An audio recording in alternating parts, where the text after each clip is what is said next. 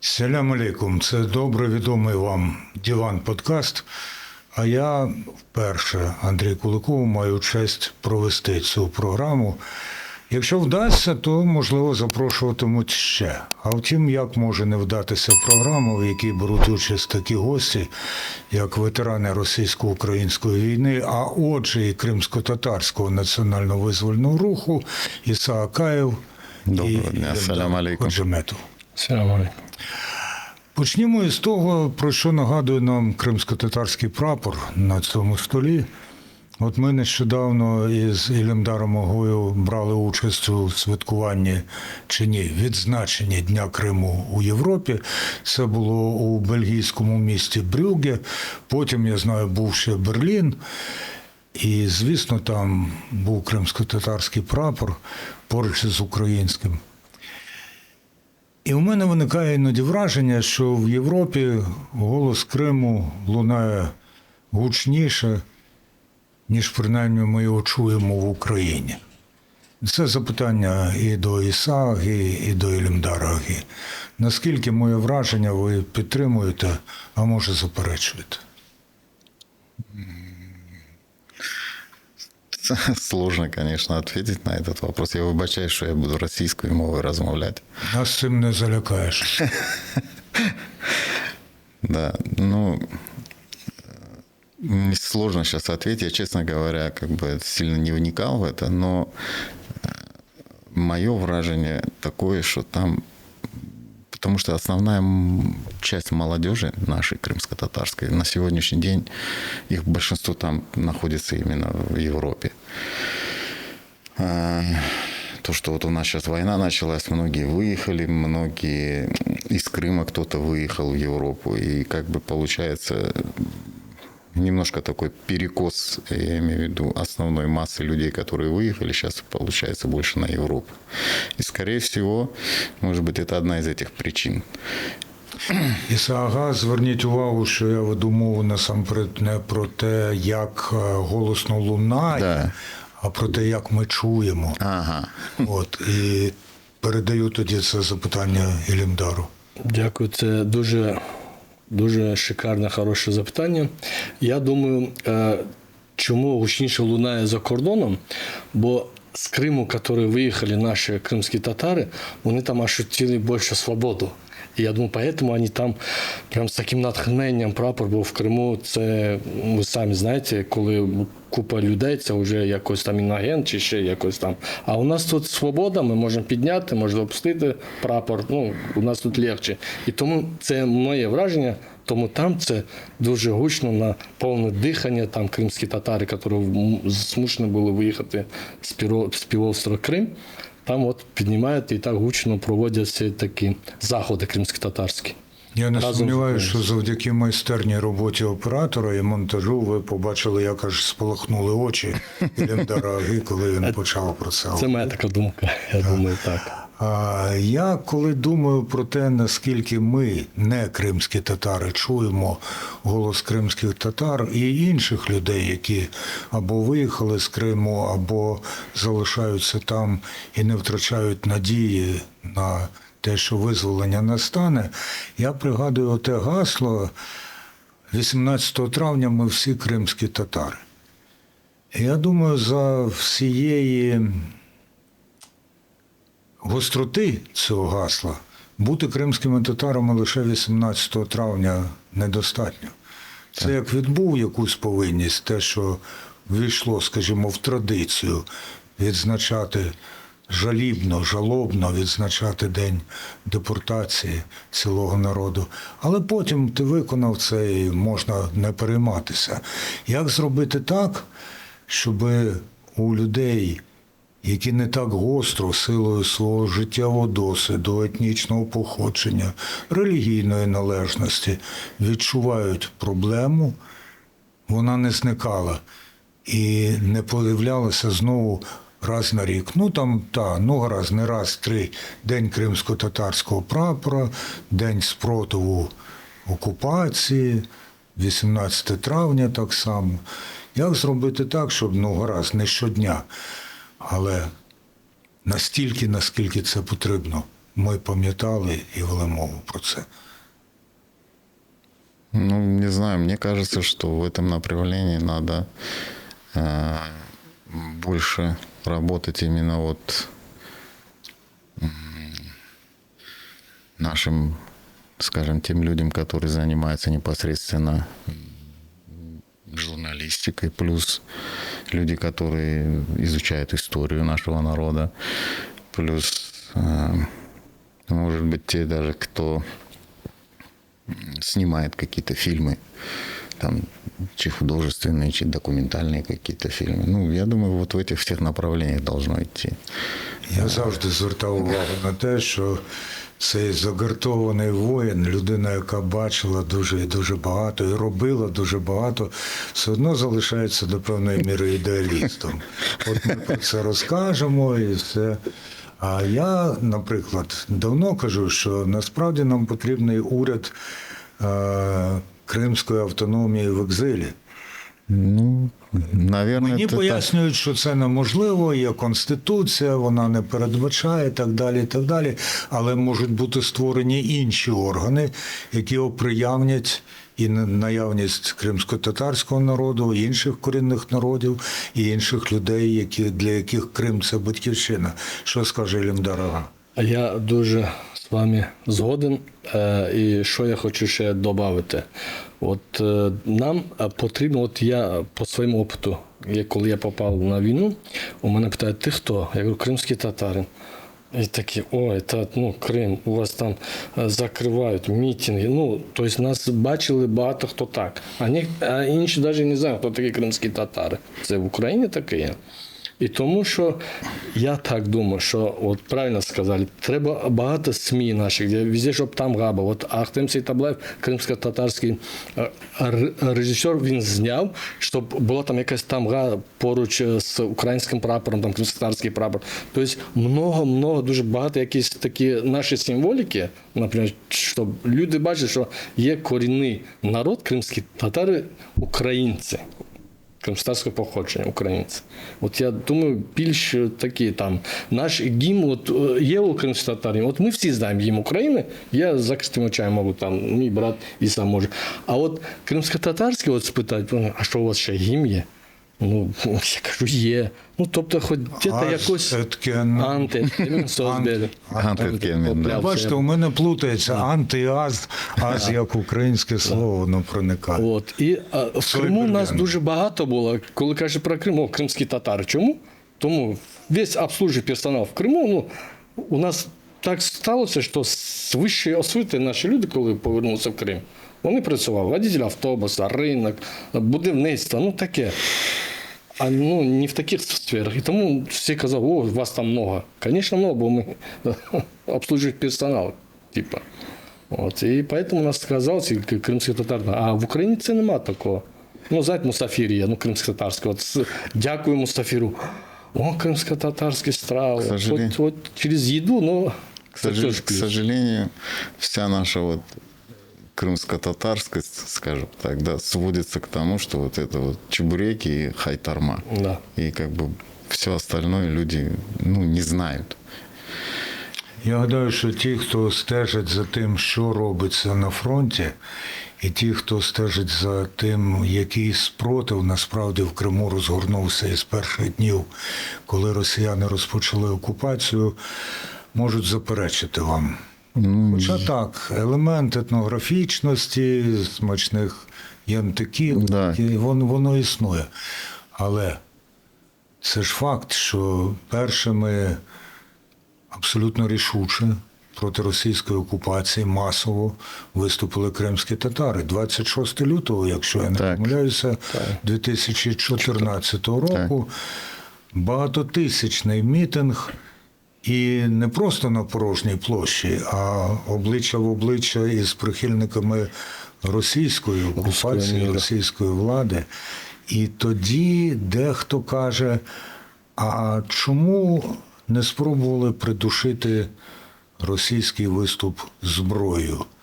Наскільки до цього були готові кримські татари? Наскільки у вас взагалі в той час була зброя? І обов'язково Згадайте для тих, хто не пам'ятає, про цю багатодесятилітню традицію кримських татар мирного обстоювання своїх прав. Но От тут- Ілімдар Ага – учасник того мітингу. Так. Ну, я тоже участвовал І там. ви теж. Да. І вам обом довелося покинути Крим через це, так? Так, я выехал с Крыма вот именно после 26 февраля. Потому что началось, за мной стали следить там постоянно.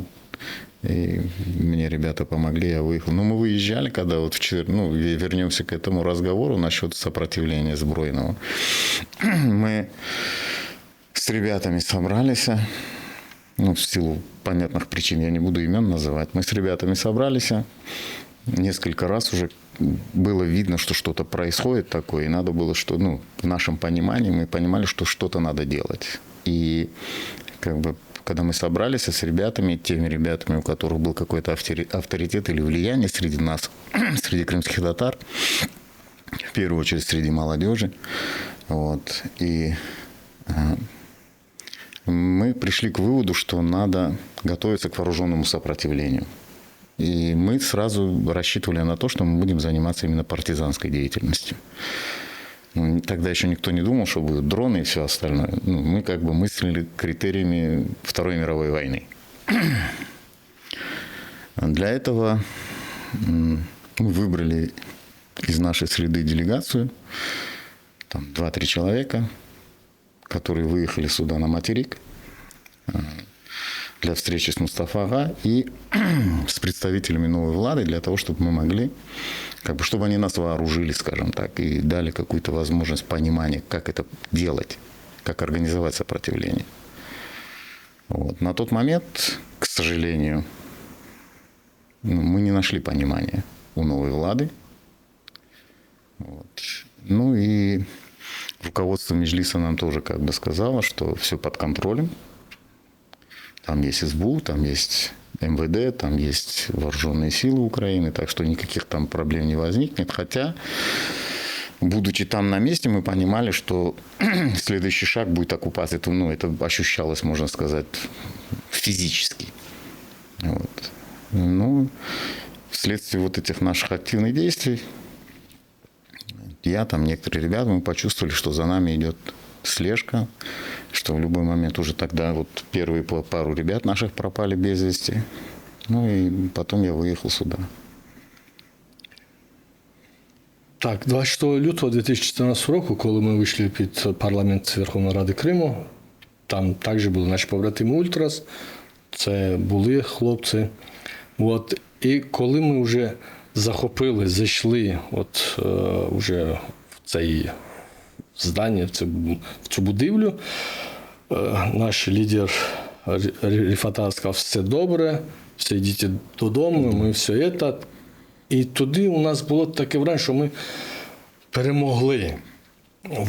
І потім ми думали, що зараз якось озброєно. У нас свише 3000 людей було, які вже, у нас там була комунікація сильніша, бо кримські татари на збори беруть перше місце взагалі усюди. На этот митинг 26 числа это количество людей было собрано за несколько часов. Так, Оно, можно сказать, стихийно было собрано. Стихійно, так. І потім якась утіха. Може, ця нова влада, яка в Україні прийшла, вона, може, лякалася кримських татар, бо багато хто ми, за кого ми підтримуємо. Там вже пішло вже таке движення. Може, нас лякалося, але ми чекали і зброю. Може, з однієї сторони, це і добре, що у нас не було зброї, бо такого кровопроліття б не було. А це час по часу, якось, може бути, зараз дипломатія трохи так, вони можуть і як з вистрілу прийшли, кажуть, так і залишити Крим. Але це різне мнення, і що там було, тільки Аллах Всевишній знав. Зараз запитання, яке, можливо, вас і дещо засмутить, або, може, навіть образить. Востаннє я був у Криму 5 березня 2014 року.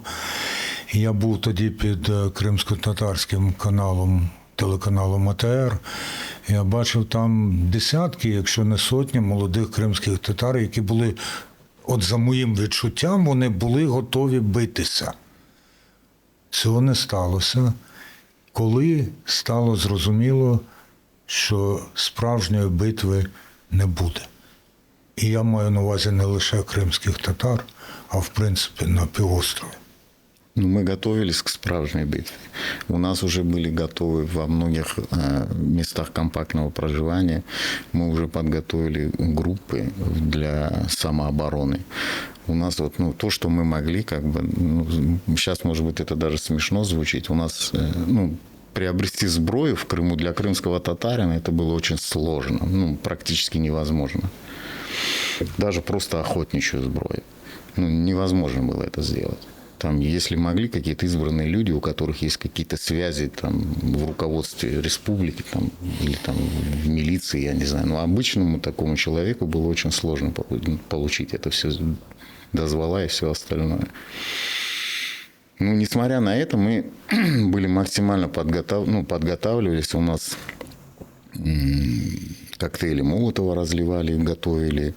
Кто что мог, там, ножи, там, все что угодно, там, какие-то полиции, все, что могли люди, чем могли сопротивляться. Мы по ночам дежурили, ездили, встречались. Вот на тот момент была какая-то программа Зела, да. Вот по этой программе постоянно между собой спілкувались, где кто находится, какая машина, какая військова машина, чи не військова машина, кто куда передвигается. Все это у нас все было четко организовано. Единственное, чего нам не выстачало на тот момент, это человека, как говорится, который бы взял на себя ответственность, сказал: ребята, зброя там, ми виступаємо. Дуже багато кримських татар. Ну, я розумію, що насправді дуже багато – це відносне поняття, але я просто їх знаю. Я знаю серед моїх знайомих, серед моїх друзів, серед старших навіть за мене людей. Є люди, які пішли воювати, взяли до рук зброю 2022 року. Зробив це і Іса Ага, і Ілемдар Ага. Я можу ще багато імен назвати, чиє звучання не дуже звичне для українського вуха. Я пам'ятаю перше відео, яке Ілемдар Ага мені з бойових позицій надіслав. От. І там, звісно ж, згадувався Аллах Всевишній. Я дякую вам за це. І тепер у дуже небагатьох людей залишаються сумніви в тому, що кримські татари вміють воювати. Вони не хочуть воювати. Хто хоче воювати? Але коли потрібно, вони роблять це на високому рівні. Наскільки ви представлені зараз, ваша думка і ваш бойовий досвід у нарадах і рішеннях українського командування? Наскільки ви маєте змогу, коли потрібно, підказати своє бачення? Тому що великою мірою ви в особливому становищі, як люди з території, як люди з вашої батьківщини, котра окупована вже, скільки це виходить? 12 років. 12 років, так. Це навіть трохи більше, ніж Донецька і Луганська області. Наскільки до вас дослухаються? Ну, это можно говорить, ну, в общем, сложно сказать. Ну, то, где я служил, в том подразделении, в котором я был, у нас довольно-таки хорошие были стосунки с руководством. И, как бы, как сказать, ну, к нам с пониманием относились именно как к крымским татарам, как к мусульманам. Вот, нас,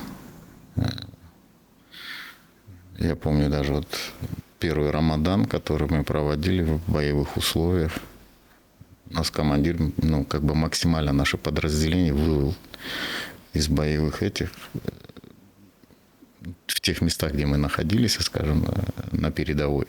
Он нас максимально вывел, чтобы мы месяц могли нормально отпаститься. Но, в принципе, мы как бы говорили, что это не проблема, мы можем соблюдая пост, сражаться нам не запрещено, это нормально. Все с точки зрения. Он говорит, ребят, я говорит, просто хочу, чтобы вы хотя бы пост свой провели нормально. Такое вот отношение было всегда. И если мы, допустим, выходили на какие-то задачи,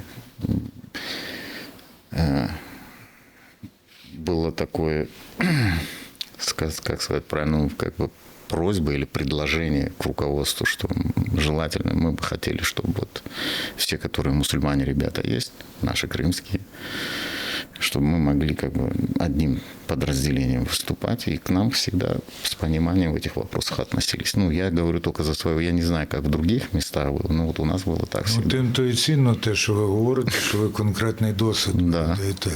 Не загалом, а нам треба знати, що там, що там, що там, з цього складається І картина. я хочу додати, от, наприклад, треба робити справу на результат. От, і не відвлікатися. От, багато мені каже, а де кримські татари воюють? І дуже такі провокаційні питання були, коли я там ще був. І я не відвлікався, а я як кримський татарин показував результат, щоб люди бачили, а не чули. І це дуже такий досвід. Тобто багато що будуть казати, і то, і все. Треба взяти і робити, і показати, що я кримський татарин, я українець, я кримський татарин, і от я це роблю. От подивіться по моїм ділам. Да, Илимдар Ага было сложнее, он был один. Так. У нас-то хоть было подразделение. Бо і те питання, і те. От. І коли я теж тримав піст, ви всі знаєте, у мене такий майор був тоді, пан Сурков, він каже, Алік, я читав, спілкувався, коли йде війна, можна кушати, їсти, каже. Я кажу, хто це сказав? Гав, кажу. Ти що мене? І от таке от було у нас. Ну, теж тримав піст, але коли це от іменно віра дає такий дух, тобто ти не помирати йдеш, а перемагати. От. По-різному, але і Ілімдар Ага, і Іса Ага висловилися про видимість, та видимість результатів, видимість того, що ви такі самі, як ми, але як інші, але дещо інакші, різні традиції, різні обряди в тому числі, хоча суть їх, напевне, скерована в тому самому напрямку. І от у сенсі видимості нам потрібно насправді, не тільки вам, як частині української політичної нації, українській політичній нації, для того, щоб усвідомлювати свою різноманітність, потрібна видимість кримських татар та інших корінних народів, представників національних спільнот. І в цьому сенсі, як ви маєте намір скористатися утворенням ветеранської ради від Криму, будете домагатися представництва в ній? Да, мы сейчас готовимся к этому.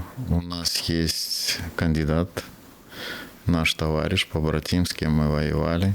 І то, що кримсько-татарське ветеранське, от кримсько-татарське ветеранське, це йде, це дуже, я вам скажу, от ще недавно я був на фотосесії «Тіло пам'ятає», може ви чули, ні? Допомагатор така організація робила. І там дуже багато наших побратимів без рук, там, і наєм там був Месі, да, як казає, Месім, наєм ім'я забув. От, його фотограф. І там був представник кримсько-татарська, це Алі Мамутов. І тобто серед навіть таких тіло пам'ятає заходів кримський татарин. І це, знаєте, як в саду розносить. Тобто ми є. От, і любить, і дивитися, що ми такі. От те, що ми загубили, втратили руку, ногу там, щоб у вас було ціле. Ну, тобто це так передається дуже так трогательно. І тому кримсько-татарське ветеранське движення, я думаю, це теж треба. І двигати цього, іншаллах, я думаю, у нас вийде. Наскільки ви і інші кримські татарки і кримські татари будуть здатні здійснювати який вплив через одного представника у ветеранській раді? Ну, все зависит от нас самих, как мы это будем... Ну, если мы, допустим, поступим так, что вот мы выбрали и все там, занимайся своими делами, и каждый будет заниматься своим делом, тогда, конечно, вплыва никакого не будет. А если каждый из нас будет принимать участие в работе этого, ну, настолько хотя бы, насколько он этого может, то, иншаллах, я думаю, в любом случае будет большой вплыв и польза какая-то. Ну, это же не только один, допустим, на сегодняшний день ветеранская рада, завтра еще какая-то организация появится, еще какие-то, много разных организаций, которые будут заниматься определенными направлениями. Нас Аллах создал разными.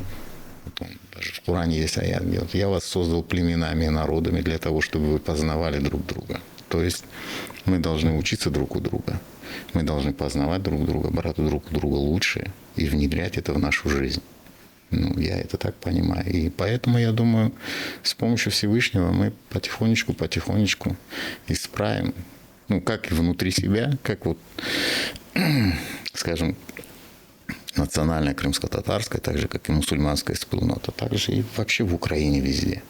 Потому что если мы будем вместе понимать, что вот мы живем в одном большом доме, который называется Украина, и каждый из нас является частью этого большого дома, и мы будем помогать и поддерживать друг друга, принимать друг друга такими, какие мы есть, брать друг у друга лучшее, ну, и внедрять это в нашу жизнь, и, иншаллах, с помощью Аллаха мы построим такую страну, которую, ну, будет примером для всех в будущем, иншаллах. Я в это верю. І якщо порівнювати Україну із Великим домом, як це зараз зробив САГА, то в ньому, звичайно ж, є різні кімнати. І там має бути обов'язково кімната, а може навіть і кілька кімнат, які називатимуться Кримсько-татарська національна територіальна автономія. Там буде дещо інакше, ніж в інших кімнатах, і це цілком зрозуміло. У мене до вас в зв'язку із цим два запитання. Одне як до воїнів. Як ви ставитесь до гасла «Війна почалася в Криму, вона має в Криму і закінчитись»? Бо, як на мене, це дещо відсуває перспективу визволення Криму, але я не знаю, як ви до цього ставитесь. А друге, як до кримсько-татарських воїнів чи воїнів кримських татар. Чому, на вашу думку, не всі в Україні сприймають ідею саме от національно-територіальної автономії? Чого бояться? Або чого не розуміють? І цього разу почне Ілімдар Ага. Дякую за питання. Це таке питання. Ви кажете, з Криму почалася і треба в Криму. Це не я сказав, знову. Ви задали це питання від кого-то, так. Мені б хотілося і всім кримським татарам, я сподіваюся, щоб вона закінчилася в Москві. Закінчилася в Москві. Це було б взагалі для нас, це як ми спалили Москву, ми її і потушимо. Ну, якщо вони, ну, іншаллах, це так і буде, да. А то, що в Криму, це, ви правильно кажете, якось не так з Криму почалась. Крим в диму, війна в Криму, це таке, що висказання було про Кримську війну. Типа як.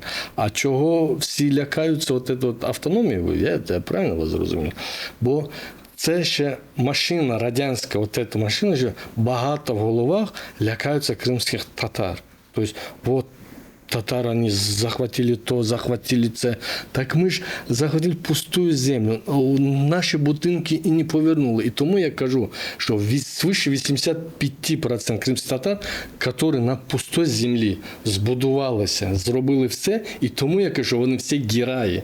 Це зробити, це «мой дом, моя крепость». Розумієте? І це є доказ, що ми всі герої. Тому що так, як ми любимо свою землю, ніхто не любить, на камінцях, в палатках, в наметах, в вагончиках по 5-6 років жити і будувати, це так. Але багато хто і зараз там, оттуда, ну є ж здесь що агентура є. Здесь везде агентура, яка працює, різні СМІ прокремльовські, типу українською мовою, там вишиваночки, але вони просовують цей страх. Ну, нас не треба лякати. Я один кримський татарин був 1200 з чим-то в бригаді людей. І всі мене знали, як кримський татарин. Всі. Ісага. Ну, насчет вот этого гасла я могу сказать одно. Ну, и как я это понимаю. Я считаю, что на сегодняшний день для москалев это была их первая и такая вот победа, которая их, скажем, сподвигла двигаться дальше на Украину. Они посчитали, что и дальше все уже не так хорошо получится, как они предполагали. Но, к счастью, это не случилось. И я думаю, именно после освобождения Крыма, наверное, скорее всего, начнется смерть этого зверя, который нас до сегодняшнего дня терроризирует. Иншаллах. Я я вижу это гасло вот именно вот как вот это. Поэтому я думаю, как для них удержать Крым, так и для нас освободить Крым, это как такая сакральная задача, скажем так. В моєму спілкуванні із кримцями, зокрема з кримськими татарами, було кілька несподіванок. Всі перелічувати не буду, але от дуже вимовно у мене був друг із Мар'їно, під район Так. Акмезджіта, Да, який ми знаємо як Симферополь. От він не був вороже настроєний до кримських татар, але вони були йому абсолютно байдужісінькі. Так. Десь вони там є, і так далі, і так далі. Не те, щоб несподівано для мене, але рішучіше, ніж я від нього очікував, він виїхав з Криму після окупації. Типовий такий російськомовний українець, який, ви знаєте, що робили багато людей в Мар'їно, як вони там свої статки здобували і так далі. І от коли він опинився вже у Полтаві, де поруч не було кримських татар спочатку, він мені дзвонить і каже: ти знаєш, мені чогось бракує. Я кажу, чого? Він подумав і каже: кримських татар. Хоч я з ними не був в повному контакті, але відчував. Вони змінювали становище і досі змінюють становище на цілому півострові. В зв'язку з цим у мене до вас запитання. А які у кримських татар були очікувані і неочікувані союзники у тому спротиві, який ви чинили на початку і чините далі досі? Очікувані це в першу чергу українці, як союзники. Тільки Україна. То коли бачили прапор України, ми як перемогу, як свободу, як волю чекали. І досі ми з України. Я скажу, допустим, умовно, да, так скажем, от державы мы поддержки не ожидали, но вот от украинцев, как от народа, как от людей ожидали. И я скажу, в 2014 году, когда я выехал сюда, я понимал, насколько наша была серьезная такая, скажем, недоработка, то, что, как оказалось, очень многие украинцы не знают, кто такие крымские татары. Вообще понятия не имеют. Даже были такие ситуации, которые даже не понимали, как мы оказались гражданами Украины. У некоторых даже вопрос возникал, не вопрос, а вот в беседе выходило так, что вот он говорит: хорошо, война закончится, вы уедете к себе. Я говорю: к себе это куда? Откуда вы приехали? Я говорю: из Крыма. Крым – это часть Украины. Я говорю: мы никуда не уедем, мы будем здесь, в Украине. А вы что, граждане Украины? Конечно. Таврія Ультрас, Таврія Ультрас. Молодці хлопці, теж, я б сказав, право. Дуже поважні хлопці, які були там. А як відбувалася з ними взаємодія? Я був неодноразово свідком того, як це відбувалося в Харкові, де ультраси, вболівальники металіста рішуче стали на бік України. І можна сказати, що там в деяких випадках вони навіть вели перед. Я цікавий знати, наскільки була вагомою участь ультраставрії у тих процесах. Вони були. І це мені, до речі, нагадує те, про що ми донедавна зовсім не говорили, або майже не говорили. А зараз із цього робимо велику сторінку нашої історії. А саме те, що без участі, іноді вирішальної участі кримських татар, не були б можливі перемоги Хмельницького під час, принаймні, початкової фази національно-визвольної боротьби. Так от, наскільки без участі ультрас не була б можлива отака хвиля спротиву, яку ви організовували?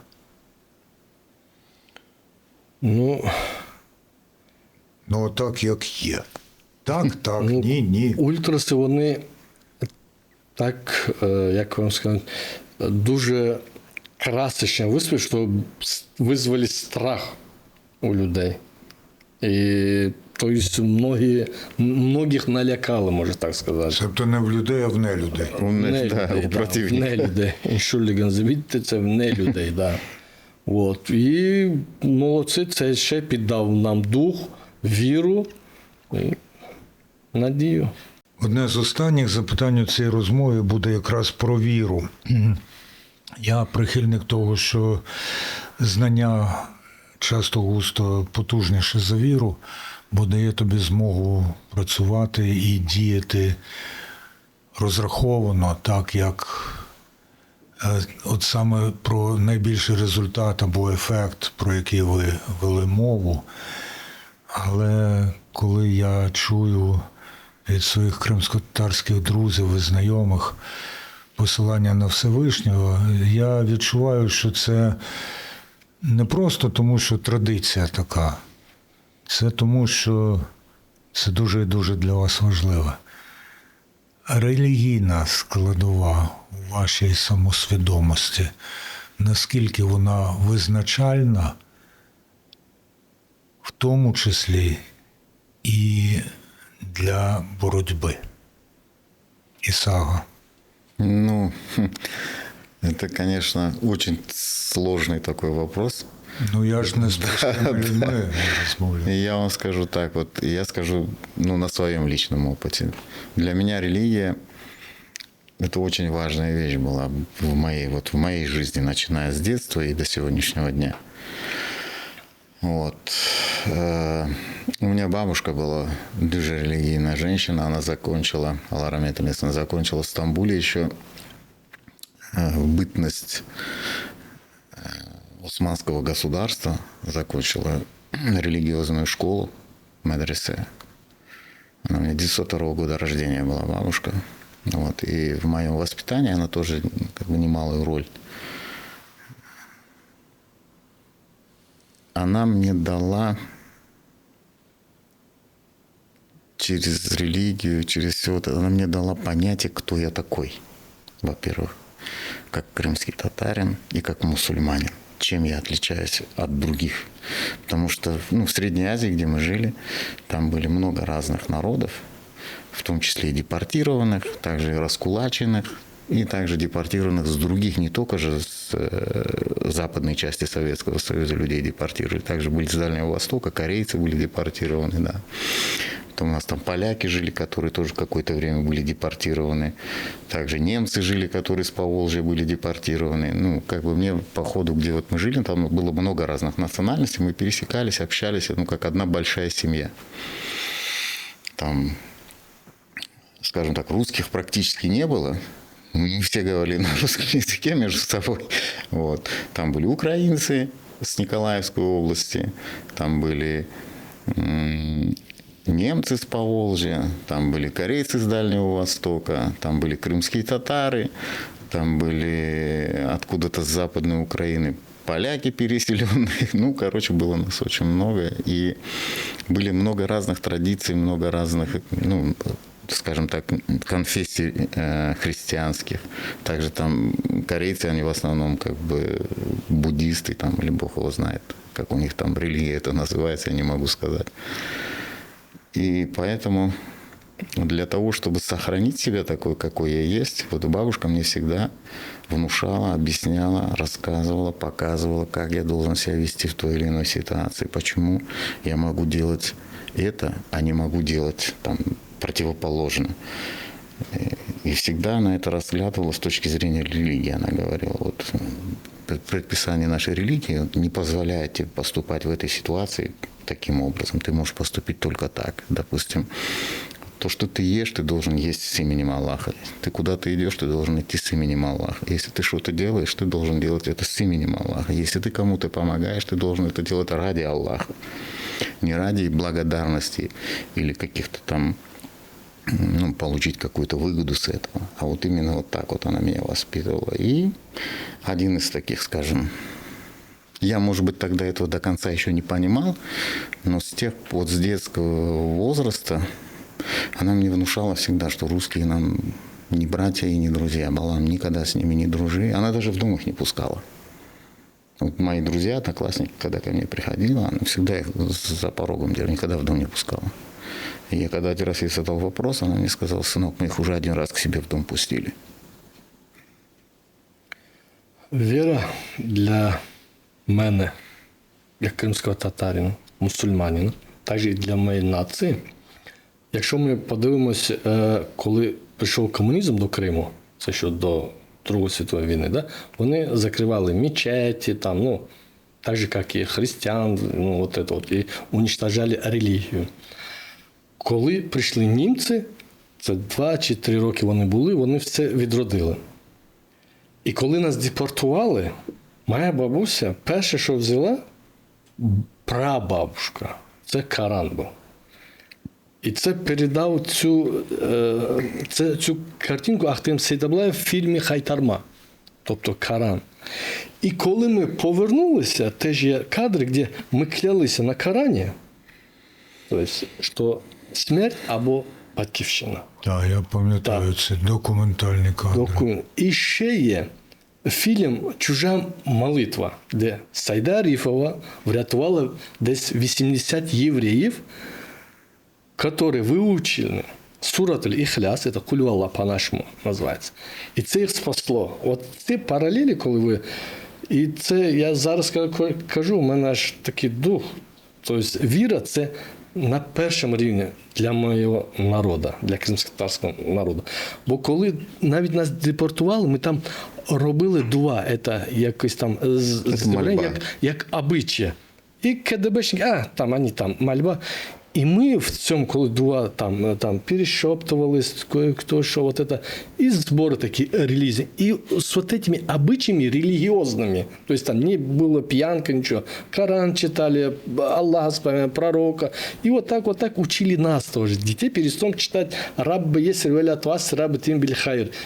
Все дети, вот, наш возраст, это первая молитва перед сном читать. Це от хто з кримськотатарами зараз чує, вони підтверджують. Оця молитва, всі, а що вона означає, ми не знали.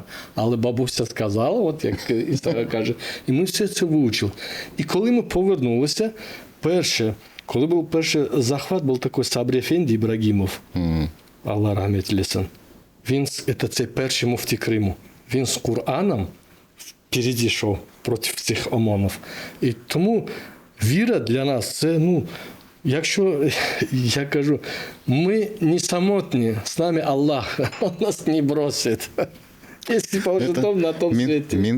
Ментальність наша воспитана через релігію. Бо, напевне, для того, щоб Аллах врятував, ти маєш вірити в Аллаха. И еще один есть момент. Раз Аллах тебя врятував, значит, у Аллаха есть на тебя план. Поэтому Аллах дал такую, как Джамал Сусан нам, который наше имя крымских татар с такой песней на весь світ. Це, теж дякую. Пісня на весь світ, складові культури на весь світ, та навіть ті самі янтики, про які ми згадували, на весь світ. І ще один дуже-дуже важливий символ, священний для кримськотатарського народу, і, я сподіваюся, дуже шанований, якщо не зараз, то в майбутньому українками і українцями, це ваш прапор і тамга на ньому. І ми закінчуємо тим, з чого починали. Тут у нас є кримськотатарський прапор, який тепер уже знають у цілій Європі, напевно, і далі. І Ісага, і Ілімдар, що для вас цей прапор, і в який спосіб він має бути знайомий Україні і решті світу, не просто на щоглі десь там, що він має уособлювати, і що ви скажете тим людям у Криму, які зараз побачать цей прапор, а можливо бачать його в своїй уяві і чекають на визволення і сприяють визволенню. Я думаю, я впевнений, іншаллах, що наш прапор кримськотатарський буде на одному рівні з прапором України, як два побратима, як ми одному з побратимами українцями, так і мій прапор буде стояти на одному рівні.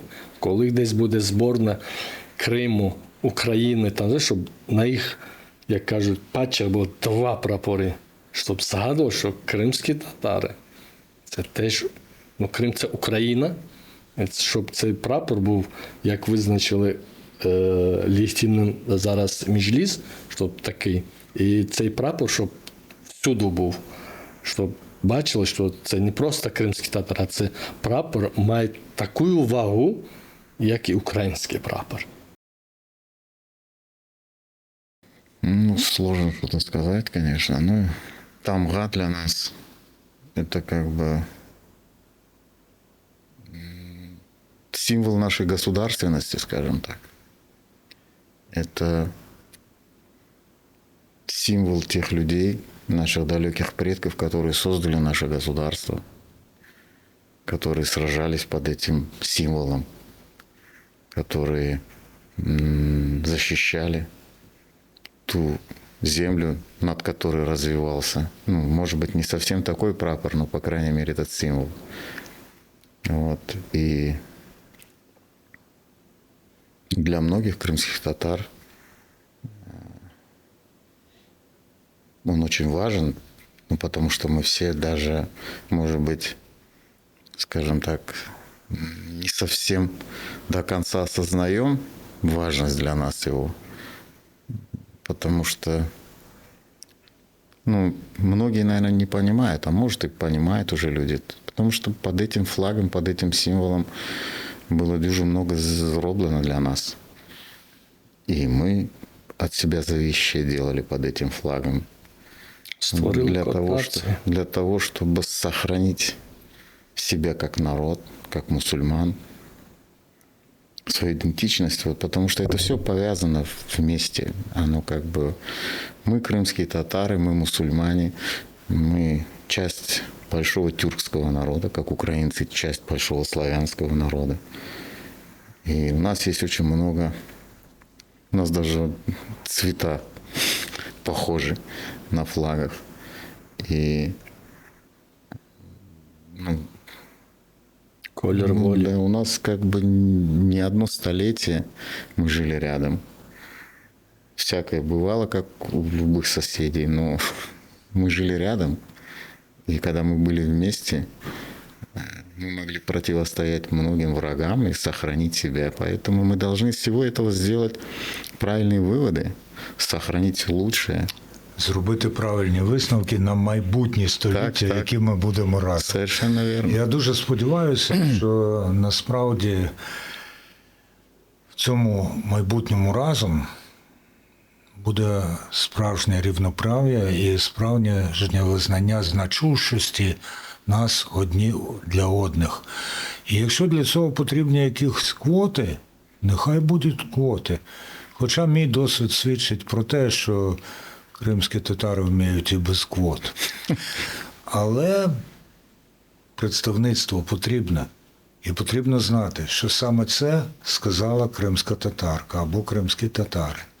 Що саме це в інтересах кримсько-татарської спільноти а отже, і в інтересах нашої загальноукраїнської спільноти. І тому будемо знати, будемо вивчати, будемо вірити. Перед тим, як починати цей подкаст, я подивився, як зазвичай починаються диван-подкасти. І я зімітував: «Селям алейкум, це диван-подкаст». Але я не подивився, як закінчуються диван-подкасти. Тому зараз суцільна імпровізація. Це був диван-подкаст. Дякую всім причетним. Дякую за надану змогу. І дякую за мужність і відвертість. І вам дякую. Сілякаєву, Ілімдару Ходжаметову і всім кримським татарам, яких я знаю. А також декому, кого не знаю. Бо всіх не пізнаєш. На все добре. На все добре. Дякую, на все добре. Дякую вам. На все добре.